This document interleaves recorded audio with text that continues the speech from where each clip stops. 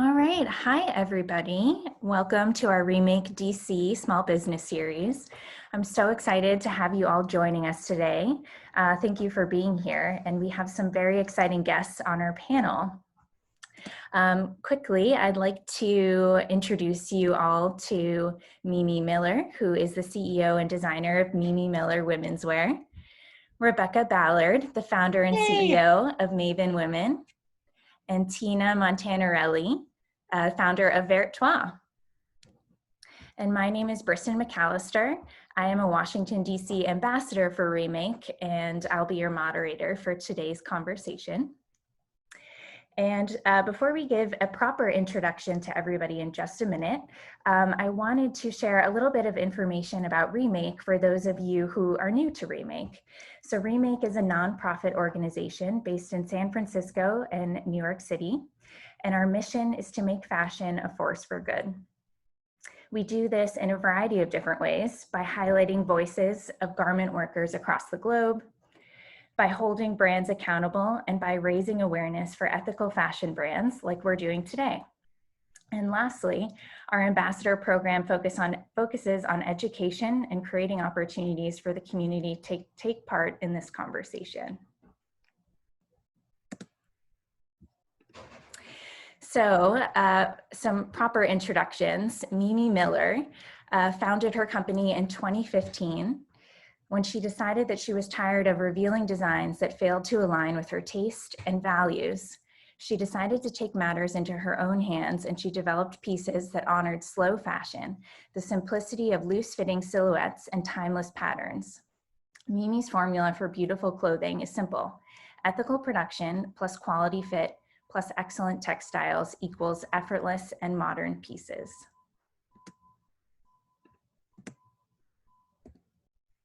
Next, Rebecca Ballard is really a jack of all trades. She's an attorney and an entrepreneur who has worked in Washington, D.C. and throughout Asia as a social entrepreneur, ED, lawyer, and consultant. She's a dreamer and schemer, driven by a desire to enhance social justice.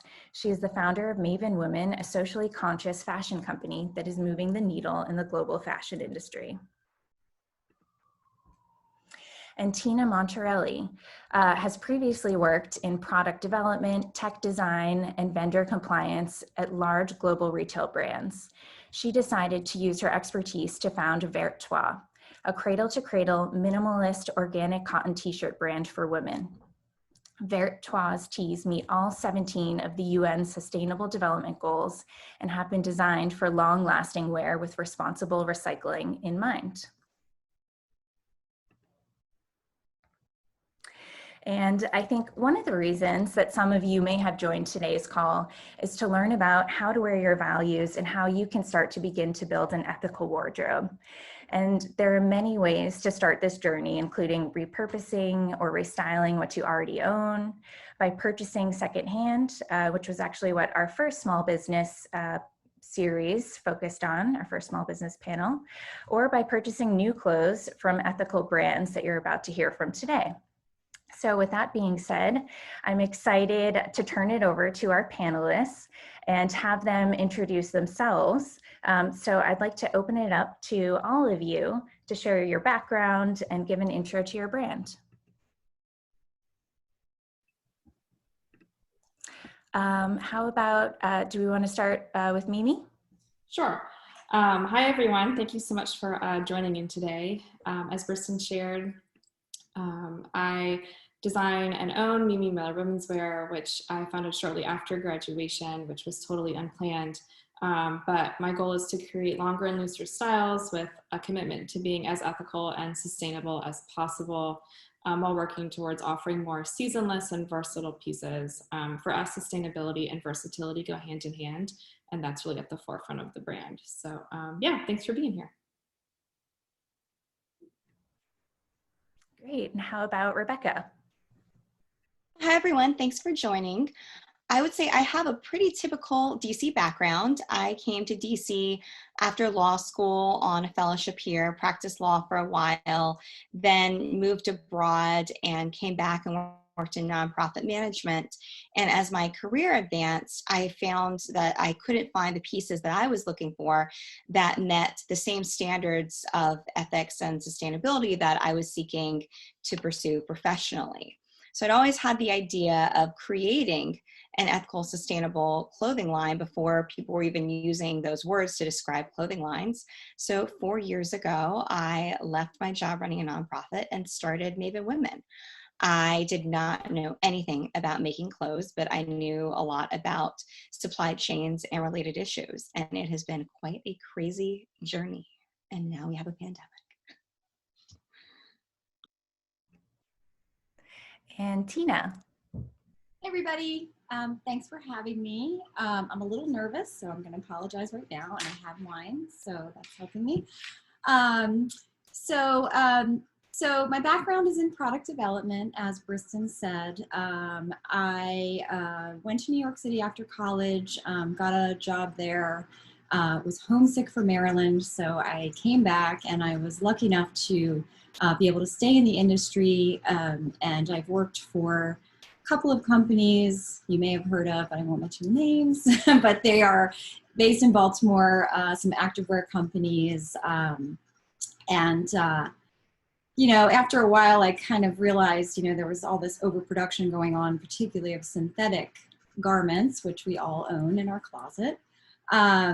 So I kind of, you know, had this idea that, you know, what if there was this really basic item that could be super special and kind of, you know, have an end of life in mind and be ethically made, and you know, you just put it on and you feel special, and you know it's you know fair trade, organic, no chemicals, and that was my idea, with of course an end of life in mind, which I think we'll get to later. So that's me.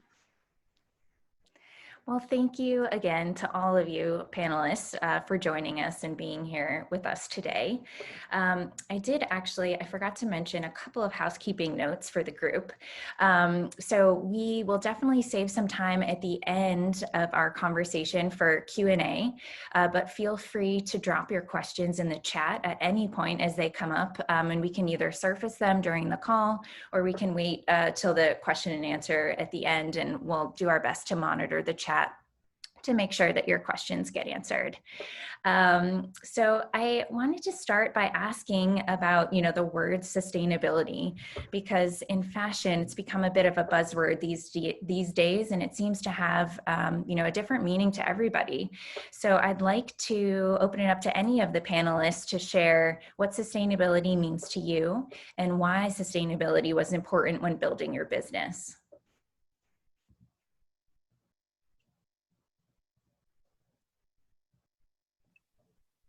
And anybody feel free to jump in and start. I'll jump in. So for us, sustainability means just being really conscious of how our business is operating, and not only not contributing to you know, waste that is already existing, but working to reduce that at the same time, and making sure that, like I said, we're not taking steps to contribute. So whether that's the way that we produce, the fabrics that we use, and then their kind of, I guess, end of life, or how they impact the environment once we're done using them.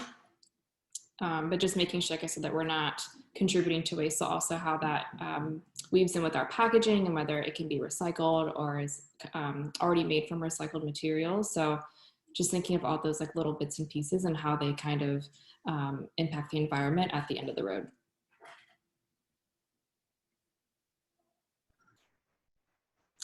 I can go next. So I'm going to refer to my notes because I thought a lot about this question. When you Google sustainability, you know, like a lot of different things come up, right? Like we don't know what it really means. It could mean a lot of different things, but something that stood out to me was the ability to be maintained.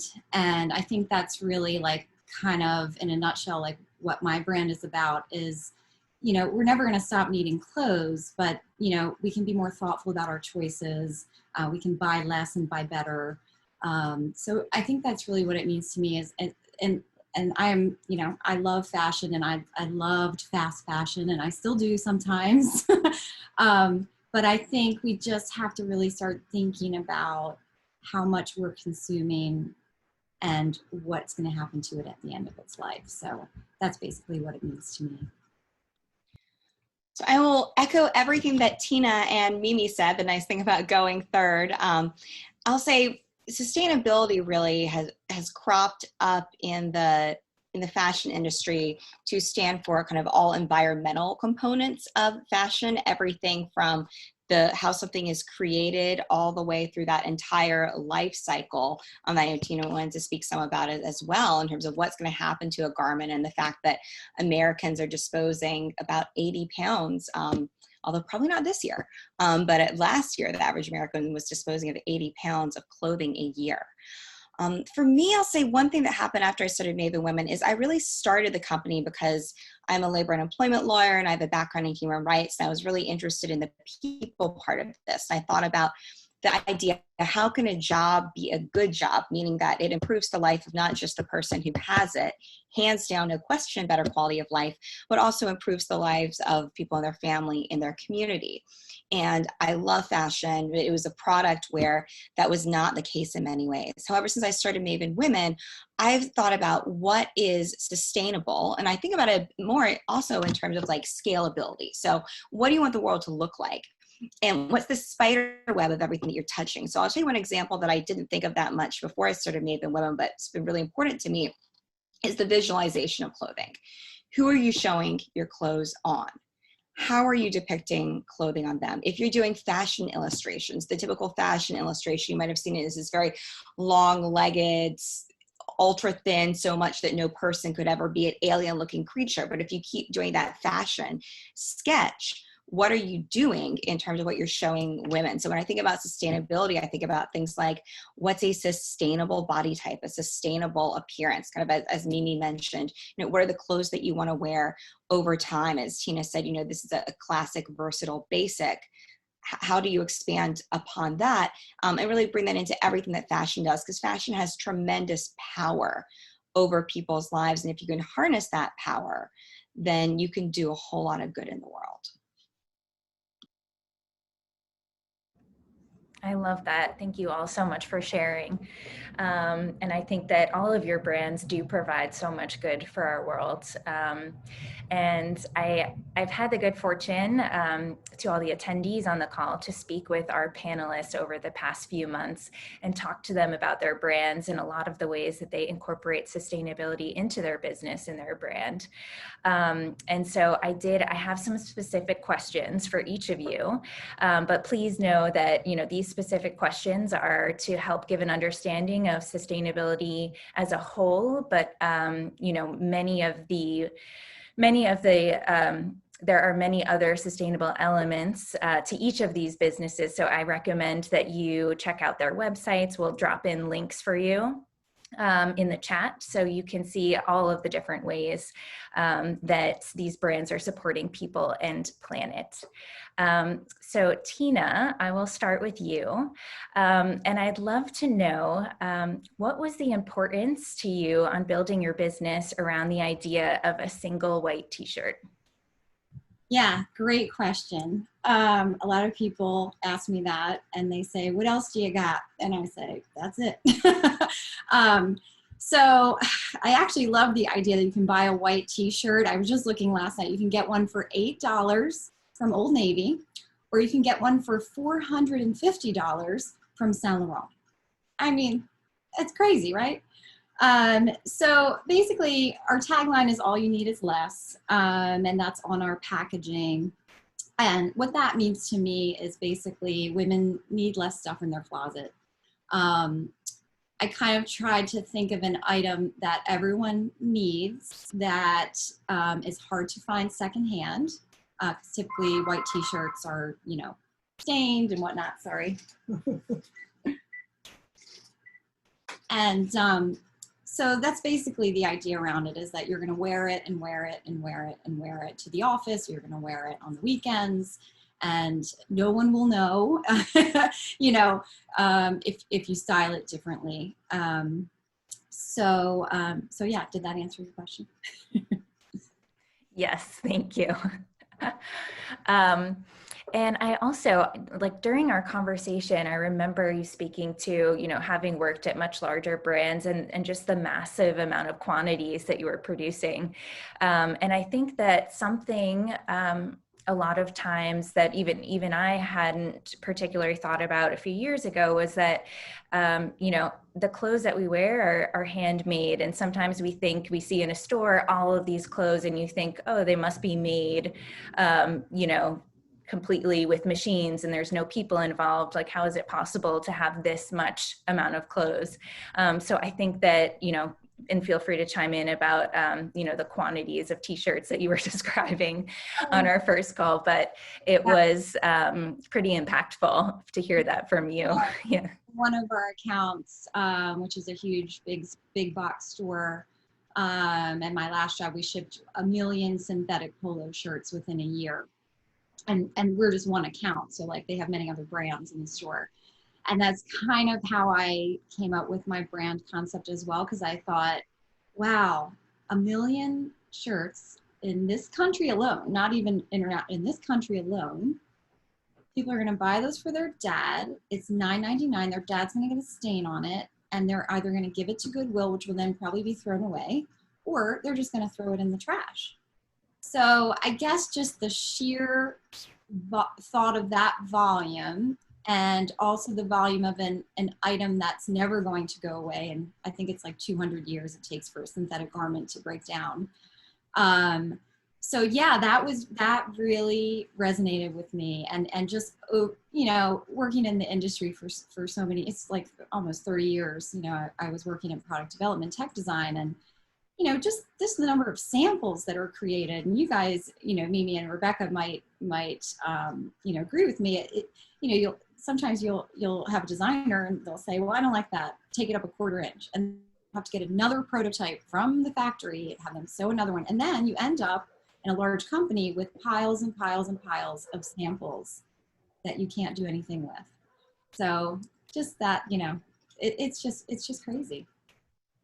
Thank you for sharing that with us. And the next question that I wanted to ask to you specifically is that I know your t-shirts are zero waste and closed loop, but I'm wondering if you can tell us all about this full circular process, whether it's, starting with the material to your packaging and the recycling program that you offer.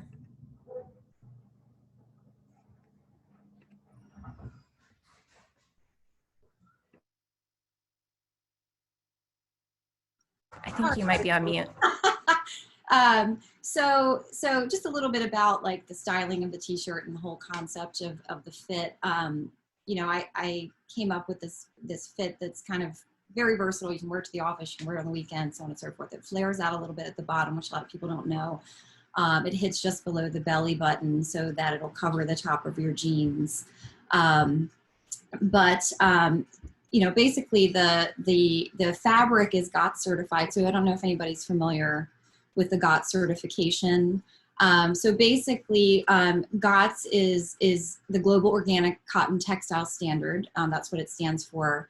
And it's basically a processing standard for organic fibers, and it has ecological and social criteria, which is part of the reason why my team meets all 17 of the UN Sustainable Development Goals. So if you go into the GOTS website, you'll see like how it applies to each Sustainable Development Goal. For example, clean water, clean and potable water, and access to bathrooms for the workers. So something as basic as that, the GOTS certification does mandate. Also, another interesting fun fact, there's a lot of fun facts. If anybody's bored, they can go to their website and see them. But another fun fact is that the chemicals that are used, so I'm wearing one now, it's a white shirt, as you all know, but no bleaches are allowed. So they have to be basically based in what they call oxygen, so no chlorine bleaches are allowed. So if you buy a t-shirt and you say, well, it's not that white, well, there's a reason, because they don't use any bleaches. To get it super, super, super white, you're gonna have a lot of chemicals and endocrine disruptors and all kinds of scary stuff. So that was the first part that I wanted to. I wanted to have, an organic fabric that was gonna have no chemicals, no dyes. a lot of people have skin allergies as well. So if you do have any kind of sensitivity to polyester or even some cottons, my tea can sort of help with that. So down to the packaging. So I could talk forever. I'm so sorry if it's going to take so long, but talk forever at one t-shirt.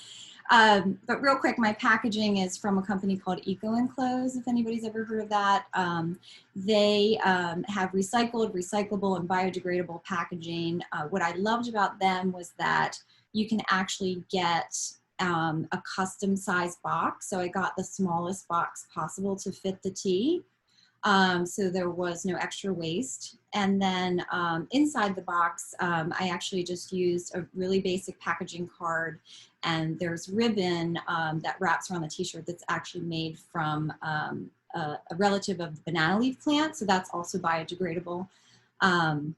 So yeah, I just tried to do everything very minimal packaging. And then something I'm really proud of is actually the recycling program. So each t-shirt, if you look in the label, it has a unique serial number. So my labels all have a different number on them.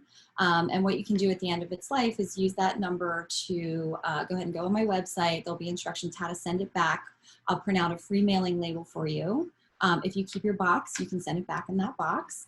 And what I do is recycle with a company called TerraCycle. They make a textile recycling box.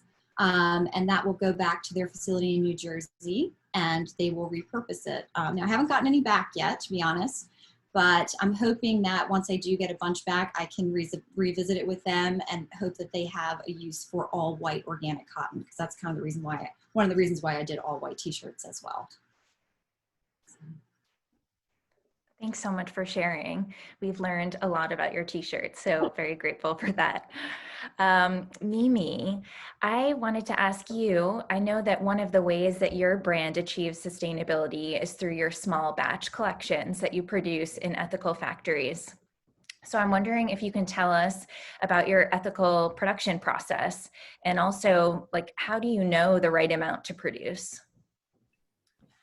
Sure. So in terms of ethical production, I knew from the get-go that I did not want to exploit anyone to make my product. And I, like, throughout school, so I studied fashion design, but like ethical production or production in general was actually never touched on for us.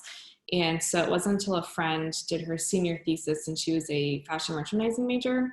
She showed this kind of like, I guess it's a graph, but it ranked, or I guess graded, all of like the big box stores on how ethical their products are made. And so that was super eye-opening for me, and really the catalyst for me to search for ethical factories.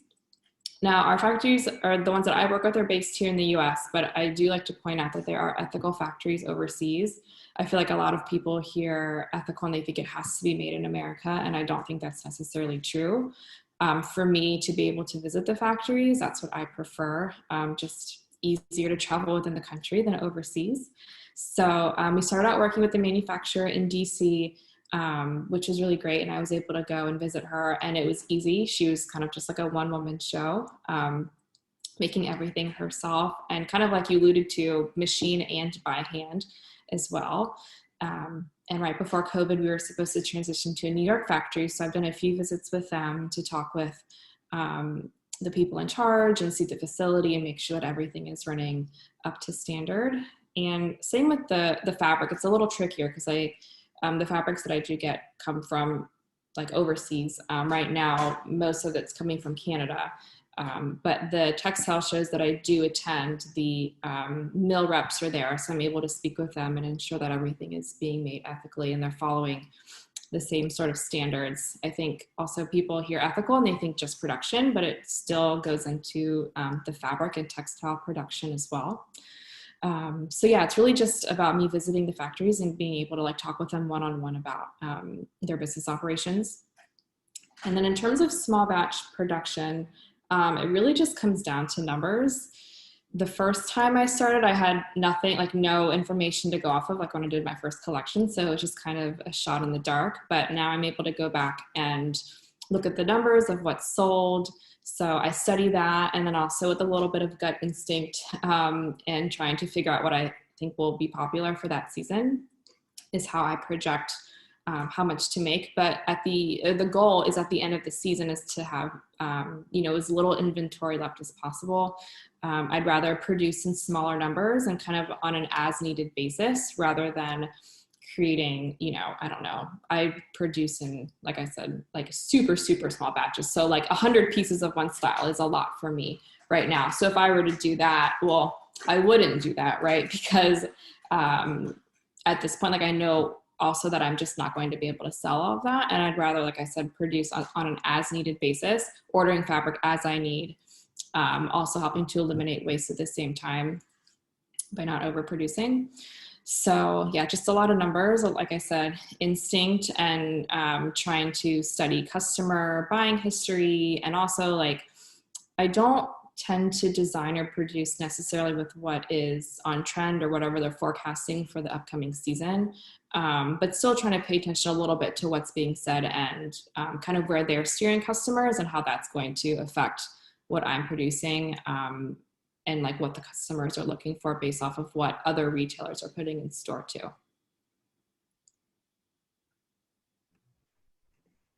Awesome. Thank you so much for sharing that. And I know we have some designers also on the call who are aspiring to open and launch their own business. So I think that thinking about, small batch production is really helpful in how you think about it and have thought about it when you were starting.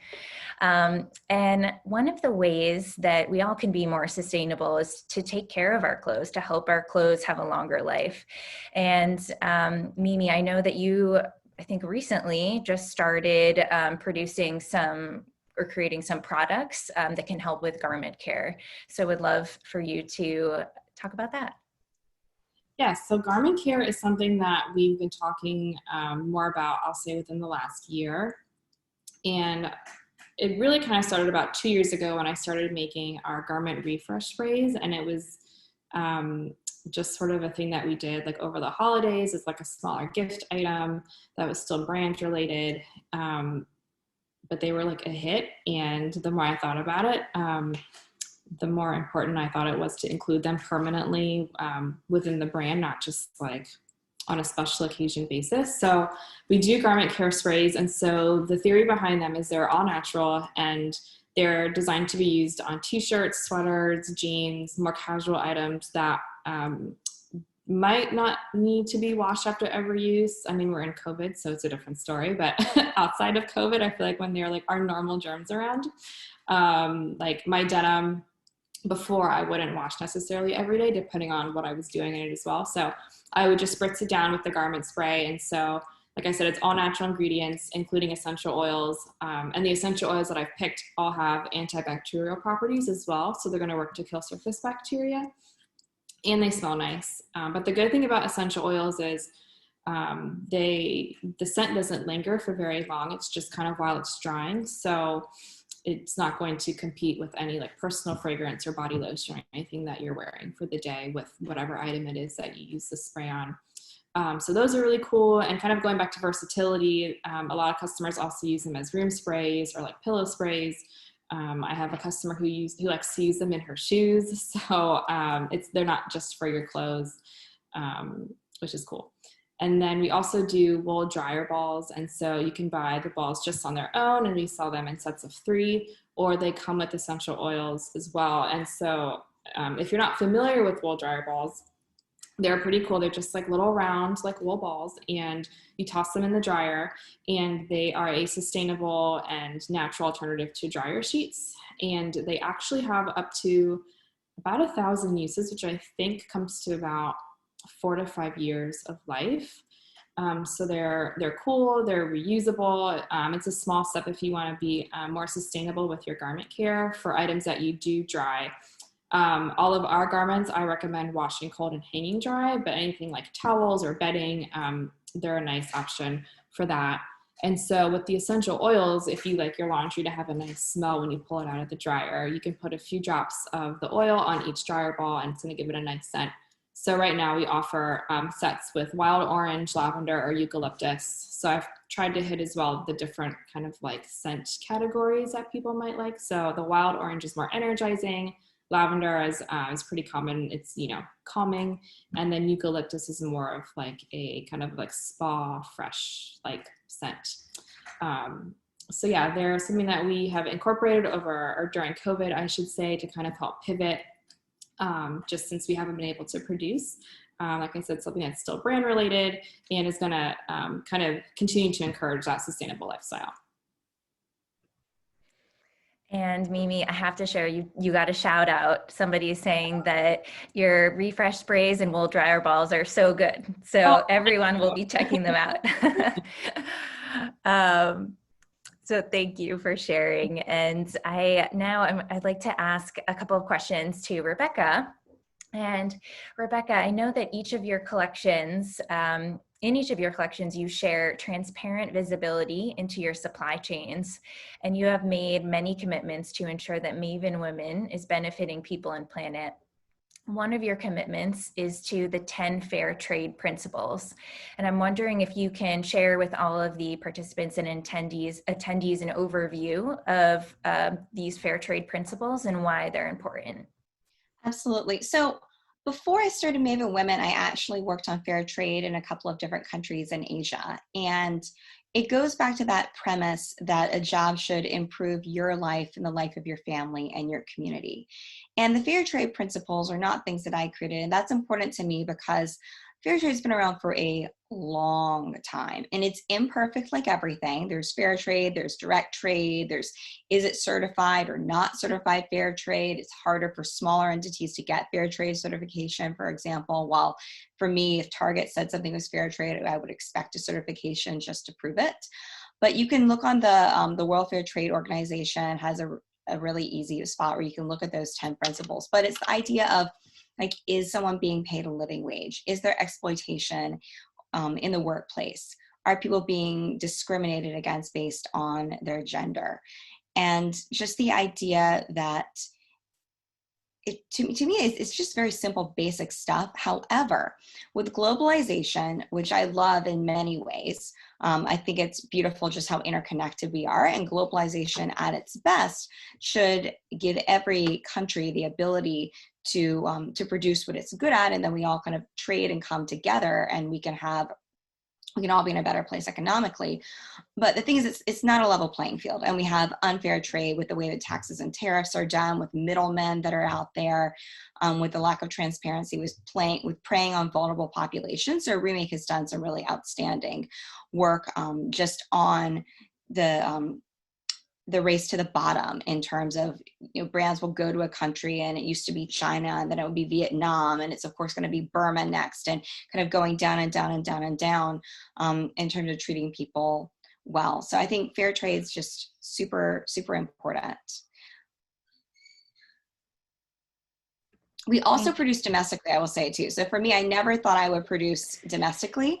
I want to produce abroad, since 98% of the clothes that Americans wear are made abroad. I wanted to start Maven Women, not just because I thought there was a need for professional attire, the type that you could wear to the courtroom, that you could wear to work if you're a teacher or a professor or a doctor, that you could also wear out to cocktails and wear with girlfriends on the weekend. So, especially in a town like DC, there's some pretty strict attire requirements. And I found like there were really few ethical, sustainable brands that met that. But with all that being said, I think it's important to really go back to the basics when you're thinking about creating a new line. Thank you. And I also remember, from our conversation that we had, you were talking about how, you wouldn't produce in a factory that you felt like you couldn't work in yourself. And I thought that was my really American litmus test. I said, what do you do in America? So there's following all of the local laws, so the locality laws as well as the state's laws. But then, is that good enough? And that was the test that I used. So one is just a living wage, and asking, figure out what a living wage is in that locality. So in America, we work in Los Angeles, and a living wage in LA is going to be a different number than a living wage in other parts of California. LA is one of the more expensive parts of California to live in. But just thinking about that, and I love the factory that we work with in LA, where we produce a beautiful collection out of Ponte di Roma. So this amazing material that doesn't really wrinkle and has a lot of natural stretch that's in it with the weave. And then we did throw in some synthetics in there as well to get that type of material. But going out there and spending time with the founder, we developed a really close personal relationship. She's a similar age to me. She has 2 young kids. I have 2 young kids, and just getting to know her and being on site and chatting with the employees there and figuring and learning more about how the workers are treated was really nice. We also visited the factory that we work with in India, and I've developed some close relationships there as well. And India is a really special place to me also. Wow, that's incredible that you were able to go over to India and visit as well. For me, that was a requirement in terms of working with a group. Like, you can look at a lot of things online, but there's nothing like being there in person. And then you also want to develop a working relationship for quality as well. Like, as Mimi was mentioning, being able to go into a place and understand what the working conditions are like, both for the social consciousness element, but also it's just nicer and easier to work with people when you relationship build. That's so important. And Rebecca, I also wanted to ask you about your commitment to women's empowerment, because I know that that's very important to you. Can you tell us about how Maven Women honors this commitment? Yeah, and I love just all the women's leadership here today.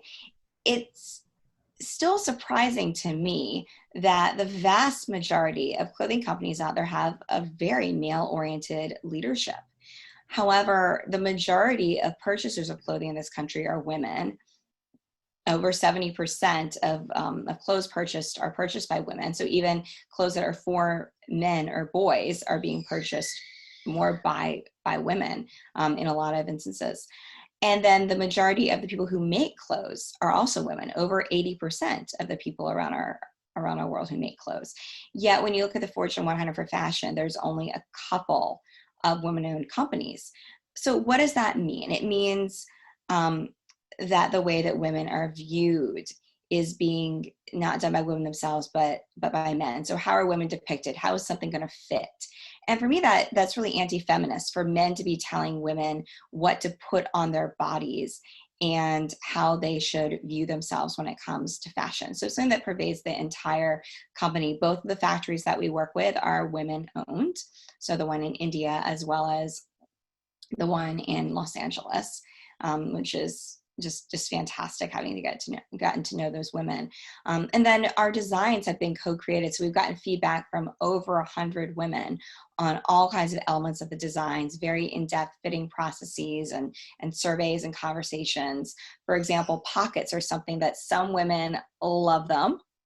Some women do not like them. Younger women tend to like them more than older women. So women love them. So like, oh, I just have a need for this. And then there's a lot of women who say, I don't ever want a pocket on my clothes because it's going to add weight and bulk in a place where I don't want weight and bulk to be added.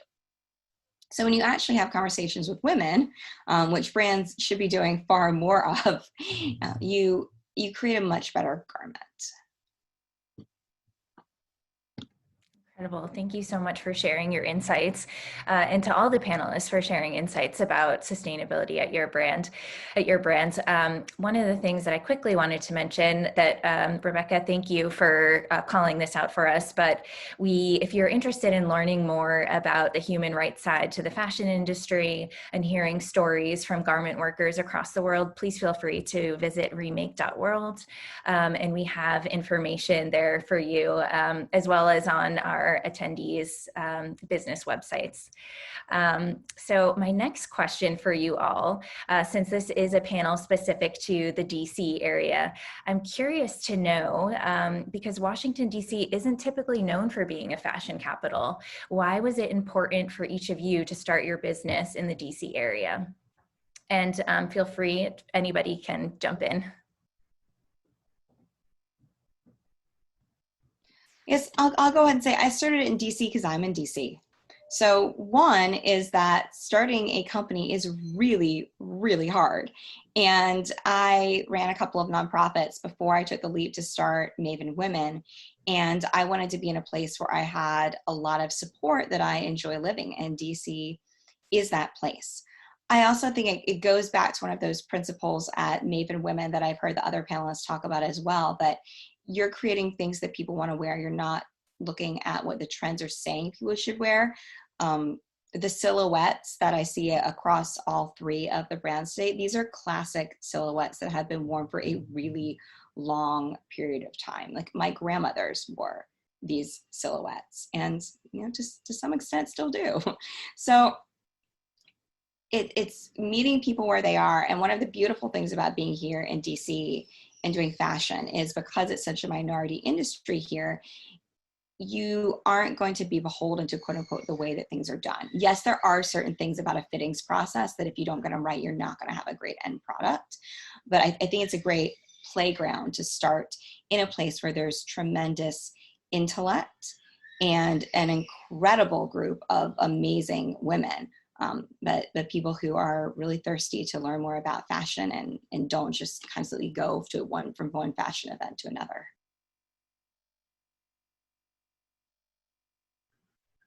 I can go on that, Rebecca. That was really well said.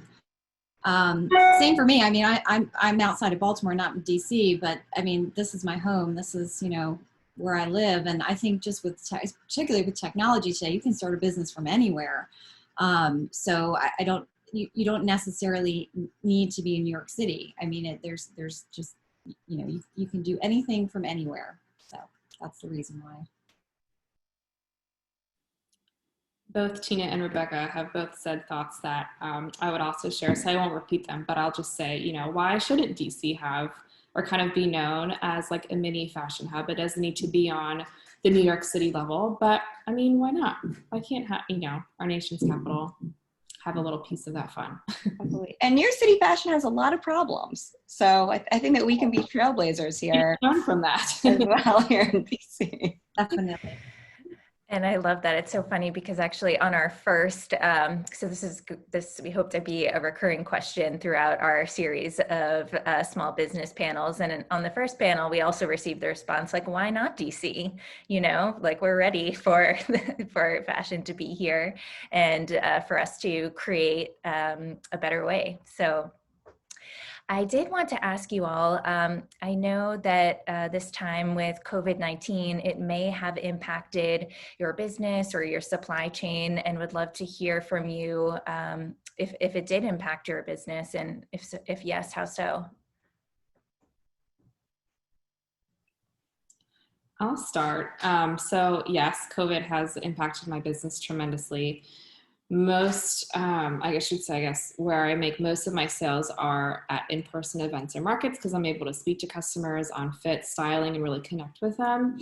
And while we do have e-com, it's just not the same. I mean, I put all the same information on there, but that personalization just, I think, makes all the difference. And I prefer to shop in person, and I feel like stores make more money off of me when I shop in person as opposed to online.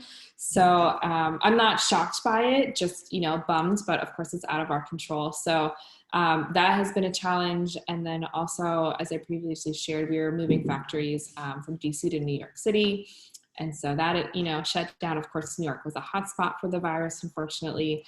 And so I have not been able to get in contact with them since. So I don't know if they are still kind of down and out for the count, or if they are just inundated with emails and other clients who are trying to play catch up over the past few months. So yeah, I'm kind of at a standstill, like no events, no new product. I feel bad for my customers. So yeah, it's been a challenge, but also I think a really big, just way to learn as well, and how to pivot and adapt for, in these situations that are completely out of our control, and how do you find ways to move forward and to grow your business and stay relevant, even when you cannot produce product, which is like the main thing that you're supposed to do. So yeah, I've been trying to be really positive about it. And like I said, just look at it as a learning experience. It's been terrible. It's been absolutely awful. So one is just, I don't know how many other people on this call are parents, but as a parent to two young kids, like I have a 3-year-old and a 10-month-old. So, shipped back 6 months ago. So literally finding the time to do anything has been a big challenge. I was coming back from, like, I call it a maternity ramp down more than a maternity leave when the pandemic hit. So there's that aspect of it, just in terms of finding time and finding solutions there. But it's just been a really difficult season in terms of, as Mimi said, like, the purchases are not happening for a lot of brands. Now I'm excited for so many of the ethical and sustainable brands that make great bathrobes and great leggings. And I think that we are going through a style revolution. And I always think, like, comfort is hugely important. And we don't want to be telling women that they should be wearing things that are not comfortable.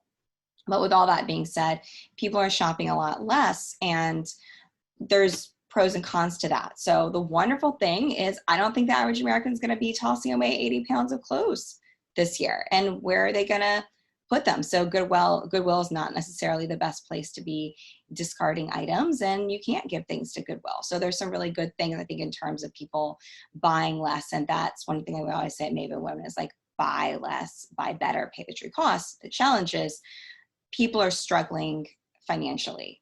A lot of the people who shop at Maven Women are in a very similar situation to myself, with younger kids, struggling with childcare, having a lower salary, or being laid off, or needing to self-furlough with kids.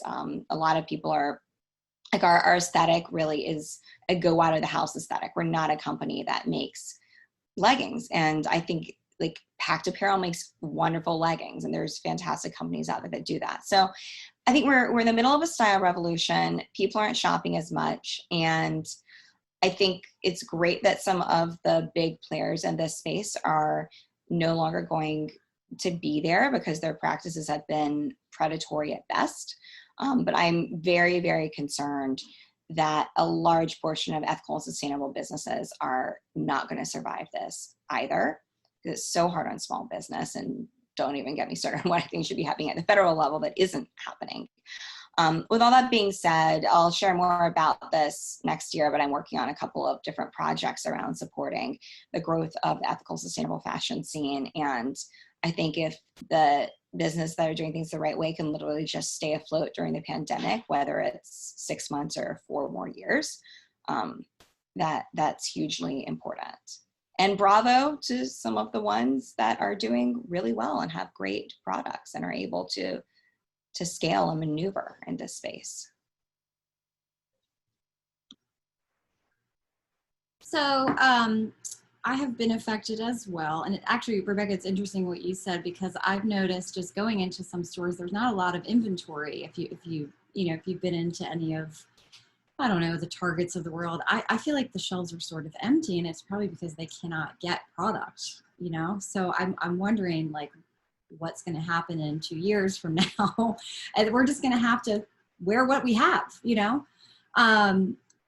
For me, I was actually really fortunate to be sold in a couple of stores in New York City, one called The Canvas, that actually you have to apply to be a brand there, and you need to meet some of the sustainable development goals. So that was like a really big thing for me as far as sales, and unfortunately they had to shut down, and now they're only open on the weekends. So I've seen a big slowdown there.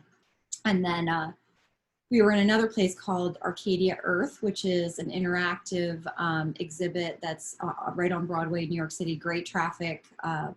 And basically, it's the worst place you could ever go for COVID because you're touching things. And so they've been shut down indefinitely. So hopefully they'll open soon. But yeah, for me, those have been the biggest things that have impacted me. But again, just trying to do some marketing on Instagram is like the biggest thing for me, because you do hear of some companies that are kind of killing it on Instagram, but you just don't know exactly what that recipe is, particularly for sustainable brands. So yeah, hopefully it'll get better soon. Well, thank you so much, everyone, for being so honest and open and sharing, transparency about how your business is doing during this time. And I think it's just a reminder for all of us to make sure that we're supporting your brands and local brands as well. And I do. I want to ask one more quick question before we open it up to Q&A. And if you could just share like one thing that is you're excited about, or something that's coming next for your business. Well, more on this later on, but I've been working behind the scenes on some cross-industry pieces, and with a background in nonprofits and advocacy, that's something that I wanted to get back to after I built more of the brand. And I'm looking forward to using what I've learned at Maven Women to hopefully support and connect more players in this space, and really try and come together and change things in bigger ways than any of us could do as an individual brand.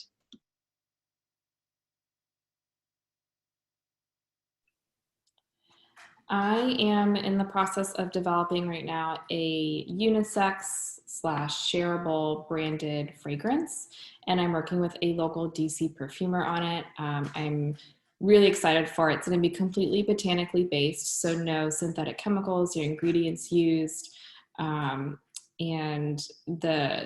I guess kind of the original idea behind it was when obviously goal is to have a brick and mortar eventually, and so this scent would kind of be the branded scent. So it would not only be in a fragrance but a candle, and so this candle would be burned in the store, and people associate with their experience in the store and with the brand. So this is just kind of like baby steps toward that bigger goal. But yeah, I'm really excited for it. We are in like kind of the second round of development right now and getting back some samples. I should get those this week, and hopefully we can roll this out by like early fall. That's so cool, Mimi. I love that whole interactive experience. That's fantastic. So not much for me as exciting as the other two ladies, but I'm just looking for more sites to kind of get my t-shirt out there. The nice thing about, these other sustainable companies that have online platforms is they'll carry a bunch of different brands, and they will take a commission once something is sold. So that's kind of what I've been focusing on, is to find these little niche online companies that are willing to carry my tea. And the other thing is, long-term is, the whole company is basically based on buying an item where you know where it's going to go at the end of its life.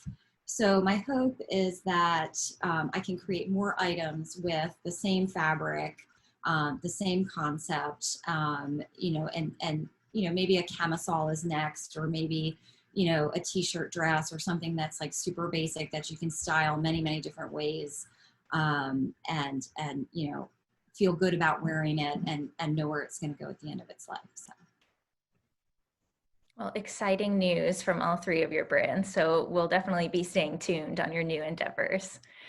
So at this point in time, I'd love to open it up to questions from any of the participants. So feel free to just unmute yourself and ask a question, or if you'd like, you can put a question in the chat and I can raise your question to the panelists.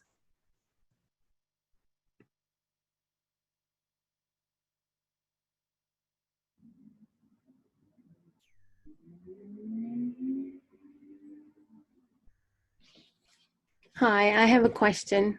Thank you everyone for sharing all your wonderful insights and really talking so honestly about starting a sustainable business and actually being able to run it during the pandemic.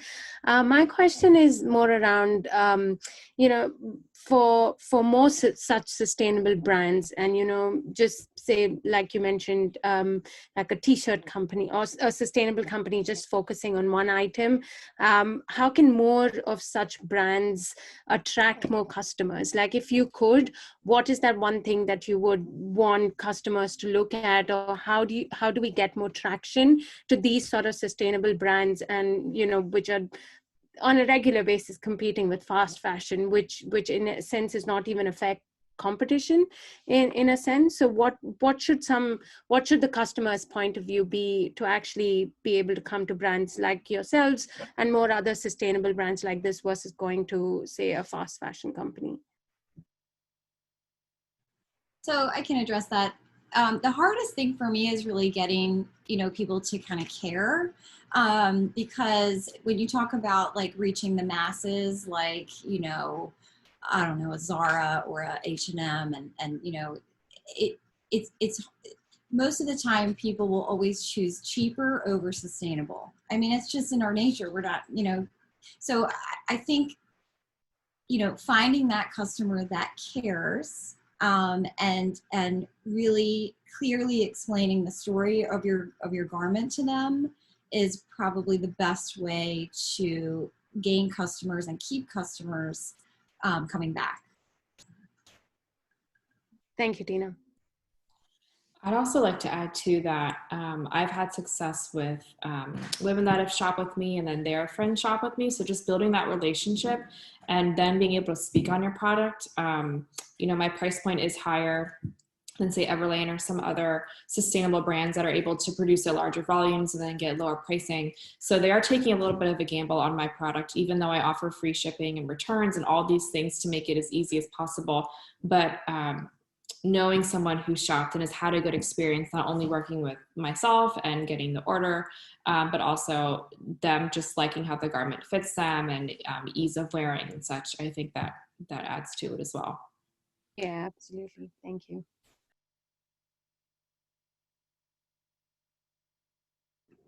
And I think we have one more question from Kelly Lynn. If Kelly Lynn is on the call, feel free to unmute yourself. Hi everyone. Thanks so much. These are really fun little punctuations in my week to talk about fashion, which is such a passion of mine.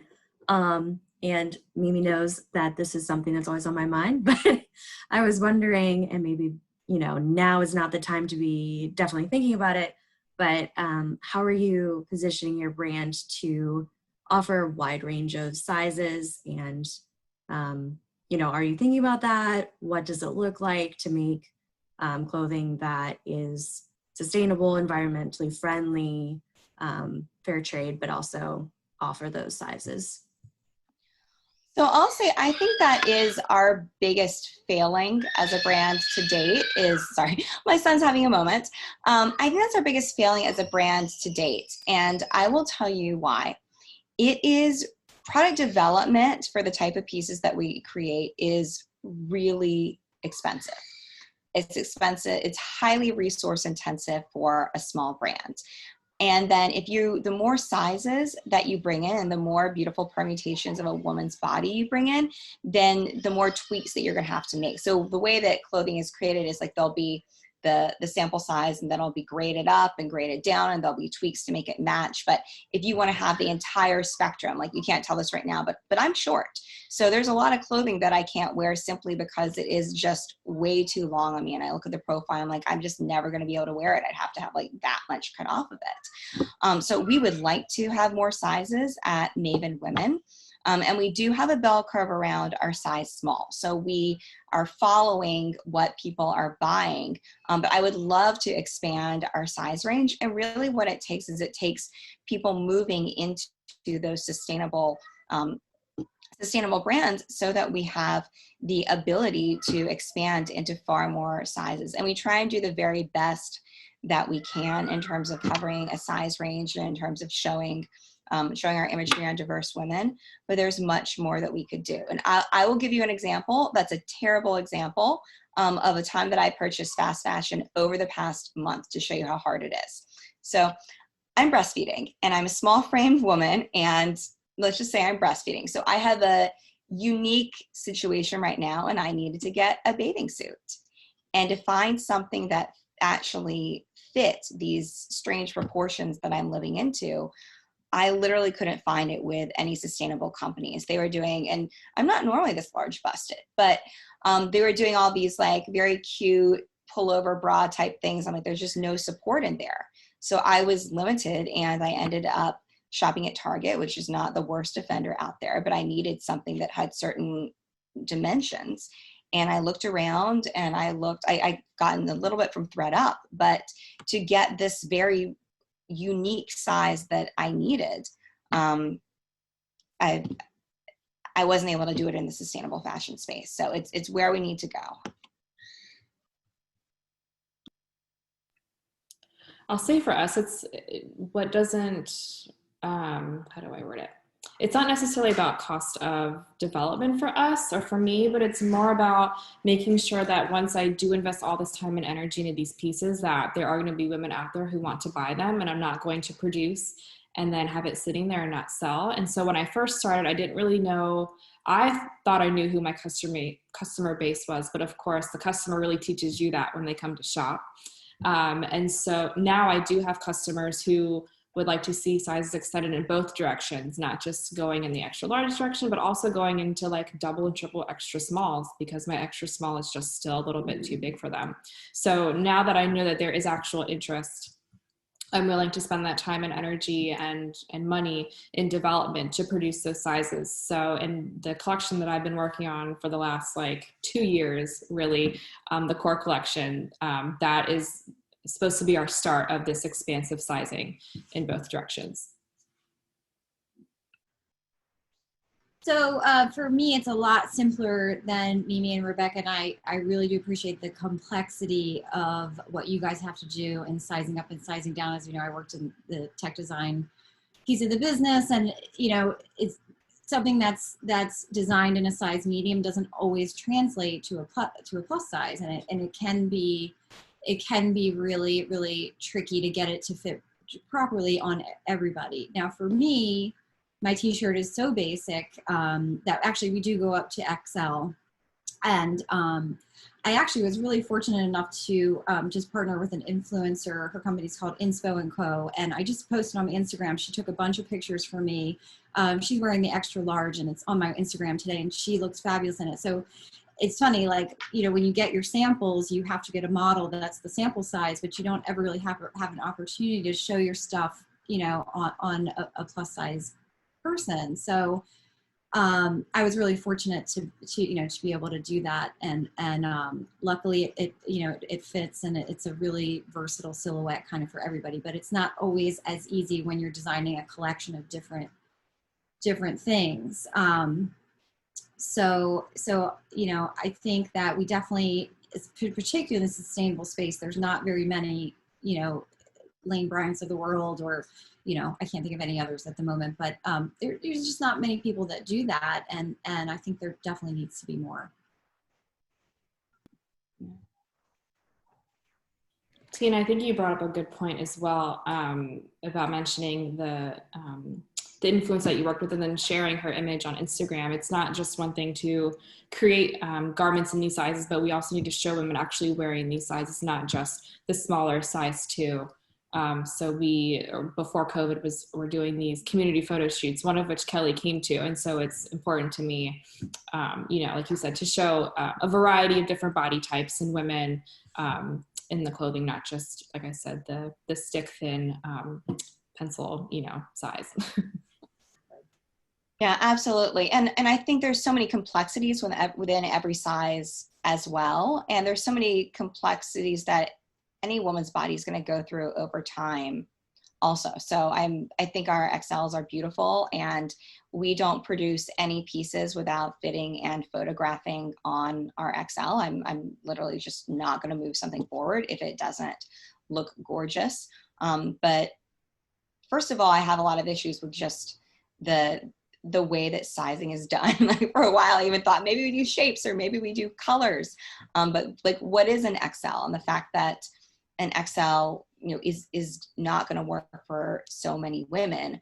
An extra small isn't going to work. There's all kinds of permutations, but I think we just need way more diversity.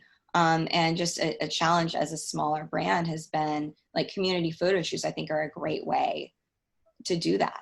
But I will say, like, a challenge to the customer is, and other brands have had this experience as well, but you know, we'll photograph something on a wide range of women. And this goes across all kinds of different, it goes across age, it goes across race, it goes across so many different characteristics of a woman's appearance. But if you photograph something on a trim, young, white woman, it tends to sell better. And I think we all need to be pushing back and purchasing from brands that are really bringing a lot of that diversity And hopefully it's not just going to be the Targets of the world that have the volume where they can do tons and tons and tons of photo shoots.